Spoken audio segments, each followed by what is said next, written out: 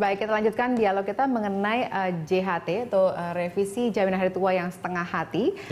Kita sudah terhubung dengan Bapak Muji Handaya, Dirjen PPK dan K3 Kemenaker. Selamat siang, Pak Muji. Selamat siang. Ya, Pak Muji, kami ingin menanyakan sebenarnya apa esensi dari revisi ini dan kemudian apa saja substansi yang direvisi sehingga kemudian kita bisa mendapatkan kejelasan mengenai apa yang menjadi pro kontra sehingga JHT ini dinilai oleh sebagian kalangan sebagai revisi yang setengah hati. Ya, saya ingin menyampaikan pertama begini ya, bahwa bagi pekerja yang di bawah 56 tahun berhenti bekerja, itu tidak ada mekanismenya diatur di dalam Undang-Undang 40 tahun 2014. Yang ada itu bisa mencairkan, ada 2 tahap. Yang pertama, ketika dia sudah masa iur 10 tahun, itu sampai dengan batas tertentu dapat dicairkan. Yang lainnya, kalau dia meninggal dunia, memasuki usia pensiun, kemudian cacat total, atau meninggalkan Indonesia selamanya. Nah, ini berbeda dengan pengaturan yang lama yang di dalam Undang-Undang Nomor 3 Tahun 92 tentang Jam Sostek. Kalau di dalam Undang-Undang 392 itu ada pengaturan pencairan di bawah usia 55 tahun. Di dalam penjelasan pasal 15 itu ditegaskan yang dimaksud adalah yang bekerja lebih dari 5 tahun, kemudian masuk masa tunggu 1 bulan. Itu secara tegas di dalam penjelasan itu bagi yang ter-PHK. Baik. Nah, karena RPP ini, prinsip ini mengambil asumsi yang ada di dalam Undang-Undang 40, maka tidak ada mekanisme bagaimana kalau mereka yang ter-PHK, yang putus hubungan kerja, di bawah usia pensiun. Oleh karena itu, revisi yang kita ajukan adalah mekanisme yang ter-PHK di bawah usia 56 dapat mengambil JHT-nya 1 bulan setelah ter-PHK. Jadi tidak memandang lagi dia 10 tahun, apa 2 tahun, apa 3 tahun, atau 18 tahun. Menurut hemat saya ini lebih bagus daripada pengaturan yang terdahulu. Jadi kalau dibilang setengah hati kurang tepat juga ini. Karena akan lebih baik. Nah, substansi yang kedua yang kita ajukan revisi itu, di dalam PP itu menjabarkan daripada perintah pasal 37 ayat 3 Undang-Undang 40. Setelah masa iur 10 tahun, sebagian sampai dengan batas tertentu dapat dicairkan. Batas tertentu oleh PP itu diatur 10% untuk keperluan lain, atau jadi salah satu, atau 30% kalau itu untuk perumahan, uang muka perumahan. Nah, ini juga besarannya nanti akan kita satukan aja, baik untuk uang perumahan maupun untuk keperluan lain kita satukan aja dengan angka berapa kayak 30 kayak atau berapa tergantung ini. Tapi yang kita ajukan 30. Ya, baik. Pak Muji, di studio ada Bapak Said Iqbal, Presiden dari KSPI. Pak Said Iqbal, terkait dengan hal yang tadi sudah disampaikan oleh Pak Muji, sejauh mana ini mungkin bisa sedikit menjawab apa yang kemudian Anda tadi kritisi? Saya sekali lagi ingin ingatkan kepada Menaker, ya, termasuk Pak Muji dan juga Direksi BPJS Ketenagakerjaan, memberikan masukan itu harus komprehensif. Kalau hanya orang ter-PHK dan tidak bekerja lagi yang kemudian diberi kelonggaran untuk bisa mengambil, jangan deh. Pasti itu ditolak oleh buruh, masyarakat, dan ketika kita judicial review, kita mau judicial review ke Mahkamah Agung, pasti itu akan kalah. Malu nanti Presiden kedua kali. Benar-benar itu komprehensif lah ya. Artinya harus diajak serikat buruh. Perintah Presiden jelas kok. Ajak serikat buruh, ajak buruh. Ini kan karena Menaker udah membubarkan Tripnas sih. April udah bubar. Harusnya kan kalau Tripnas cepat dibentuk pada bulan Mei, bulan lalu, jadi kita bisa diskusikan. Oleh karena itu sekali lagi tidak ada aturan yang harus hanya orang ter-PHK dan berhenti bekerja saja yang bisa mencairkan JHT. Peserta aktif pun harus. Kenapa? Yang kalau memang menjadi persoalannya adalah yang disampaikan Mbak Oki, undang-undang, saya selalu contohkan dalam beberapa kesempatan. Misal undang-undang lalu lintas nomor 14, kan kondisi masyarakatnya nggak siap, maka ditunda pemberlakuannya tanpa kemudian dinyatakan bahwa pasal tersebut tidak berlaku. Atau undang-undang BPJS yang berkaitan dengan program jaminan kesehatan. Perintah undang-undangnya jelas, seluruh rakyat. Tapi kemudian karena kondisi keuangan negara, kondisi masyarakat juga belum siap, instrumen rumah sakit belum memadai, maka dibuatlah PP-nya kemudian atau Pepres-nya itu berlaku 2019. Oleh karena itu pasal 37 ayat 3 ini yang masalah 10 tahun karena tidak ada sosialisasi, serikat buruh nggak diajak omong, walaupun dibilang katanya ada 17 kali udah diajak bicara. Saya tanya kawan-kawan pernah nggak diajak omong? Cuma penjelasan itu pun sekali dua kali. Artinya ini menganggap sebagai hal yang dilakukan secara terburu-buru gitu ya. Terburu-buru, tergesa-gesa dan menyudutkan presiden. Satu hari itu akhirnya penolakan begitu keras. Kalau ini dipaksakan lagi revisinya seperti yang dijelaskan, saya yakin dan percaya pasti akan ditolak. Kecuali tiga esensi itu terjawab. Baik.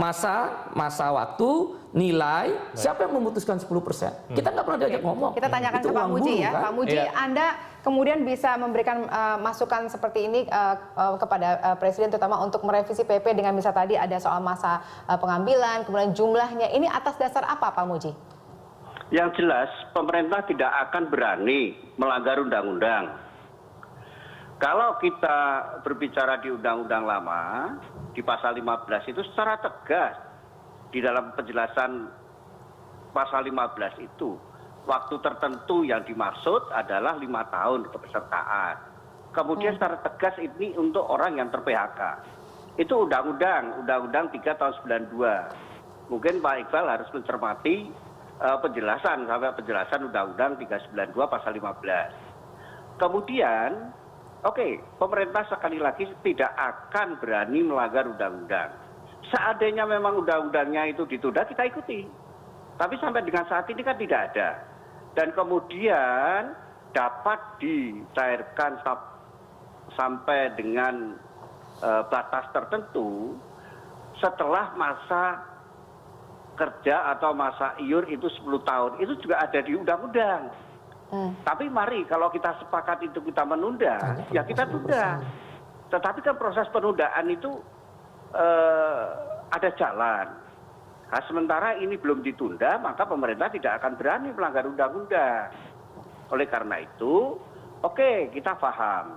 Saya rasa kabinet mendengarkan aspirasi yang muncul di masyarakat. Katakan bagaimana yang belum ter-PHK atau ter-PHK sebelum 1 Juli. Ter-PHK tanggal 30 Juni ke bawah. Itu pakai aturan lama. Jadi bisa mencairkan. Kemudian revisi terhadap peraturan yang sekarang ini kita buat mekanisme bagaimana orang yang di bawah usia 50 tahun kalau dia berhenti bekerja. Kita masukkan. Dengan masukannya ketika dia ter-PHK, kemudian dia berapapun masa iurnya, 1 bulan itu bisa dicairkan. Tapi hanya 10% ya Pak ya yang bisa dicairkan? Enggak, itu yang kedua. Mengenai besarannya pun kita usulkan untuk dirubah. Jadi 30% untuk perumahan, uang muka perumahan atau keperluan lain. Gitu. Tetapi kalau kita suruh melanggar bahwa kurang dari 10 tahun, kemudian untuk yang tidak ter-PHK dan segala macam, kita nggak berani. Karena itu akan melanggar undang-undang, kecuali undang-undangnya dirubah. Kalau saya justru pemerintah udah melanggar undang-undang. Asas sebuah aturan hukum, kalau ada undang-undang yang baru, maka undang-undang yang lama tidak berlaku. Pak Muji menjelaskan Undang-Undang Nomor 3 Tahun 92 tentang jam sostek.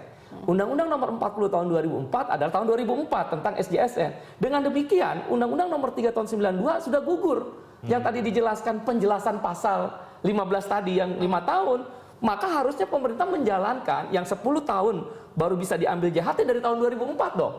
Tapi kan faktanya 2015 Artinya yang dibilang pemerintah nggak mau melanggar undang-undang sudah melanggar undang-undang dari tahun 2004. Oleh karena itu persoalannya sebenarnya bukan masalah melanggar undang-undang atau tidak. Baik. Meletakkan apakah kondisi masyarakat sudah siap menerima itu ketika sosialisasi tidak ada, bukan kurang, tidak ada sama sekali. Bahkan seorang presiden pun tidak disosialisasikan. Baik. Bagaimana seorang presiden satu hari disodorkan PP yang untuk hajat hidup orang banyak dan tidak tersosialisasi. Baik. Dan sekarang kena getahnya di presiden. Oleh karena itu, dalam konsep saya, dalam pemikiran kita, kayak Undang-Undang Nomor 14 tentang jadi lalu sudah lintas tidak berlaku tetap gitu ya. berlaku, tapi Baik. disosialisasikan dalam penundaan waktu. Oke. Bisa 5 tahun, 10 tahun. Kalau nanti perlu direvisi, kita revisi. Baik. Prinsip 5 tahun kepesertaan dan bisa diambil lamsam, itu harus dilakukan Oke, dulu. Ya. stop dulu di situ karena kita harus menanya kepada Mbak Oki dulu nih.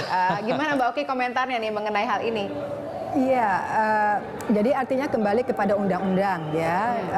Memang di undang-undang SJSN itu yang diketok palu pada tahun 2004 itu dikatakan kalau BPJS Ketenagakerjaan sudah beroperasional begitu, baru peraturan sebelumnya itu gugur. Artinya sebetulnya dari 2004 itu bisa yang 55 tahun diambil karena kan BPJS Ketenagakerjaannya kan belum terbentuk begitu. Nah, per 1 Juli ini baru peraturan yang sebelumnya itu gugur. Tapi saya hendak mendukung apa yang dikatakan oleh Bang Said Iqbal bahwa memang betul menurut saya pemerintah ini, maaf kalau saya katakan, seolah-olah meniadakan peran serikat pekerja dan serikat buruh di dalam mereka menentukan PP-nya. Padahal itu kan uang-uangnya serikat pekerja, itu maksudnya itu uang-uangnya pekerja begitu ya. Sebetulnya kapan dia mau ambil juga nggak usah khawatir, orang ada kok uangnya. Yang menariknya lagi, Wiki, tadi Dirut BPJS Ketenagakerjaan mengatakan dari dana yang terhimpun, katakanlah kalau misalnya para pekerja ingin mengambil uang tanpa ada batas waktu, jadi sewaktu-waktu kapan aja dia mau ngambil, itu bisa terjadi rush, bisa terjadi kelemahan ekonomi yang sistemik ya. Tapi menurut kami itu sesuatu yang lebay, karena sesuatu kondisi ekonomi sistemik yang bisa terjadi begitu itu kalau memang betul-betul rush sekian puluh juta atau sekian ratus juta yang diambil oleh orang Indonesia. Tapi pekerja sendiri kan nggak sampai sebanyak itu. Jadi tadi saya menyoroti ada kesan di sini ketakutan dari BPJS Tenaga Kerja tidak bisa mengelola dana yang besar karena hendak diambil oleh para pekerjanya. Harusnya nggak usah seperti itu. Sejauh mana ini sudah ditanyakan ke Dirut sendiri pada rapat Saya pribadi, saya yang menyatakan itu. Saya katakan, Bapak, saya melihat Bapak ini bermain di dalam AUM, Asset Under Management, di mana Anda katakan yang saya tangkap adalah Bapak ingin mengelola dana yang besar begitu. Sementara itu adalah hak pekerja yang mereka harusnya bisa ambil. Jadi saya katakan Bapak ini cuma operator, dan kalau misalnya Bapak kemudian mengelola anggaran yang besar, diinvestasikan, hasilnya besar, apa kembali buat pekerja yang besar juga? Ada Itu good saya point di sini, soroti. Mbak Oki. Terima kasih sudah berikan masukan kepada kami. Nanti kita akan kontrakan kembali dengan Pak Muji mengenai hal ini, pemirsa. Tapi sayang sekali kita harus break dulu. Tetaplah bersama kami segera kembali.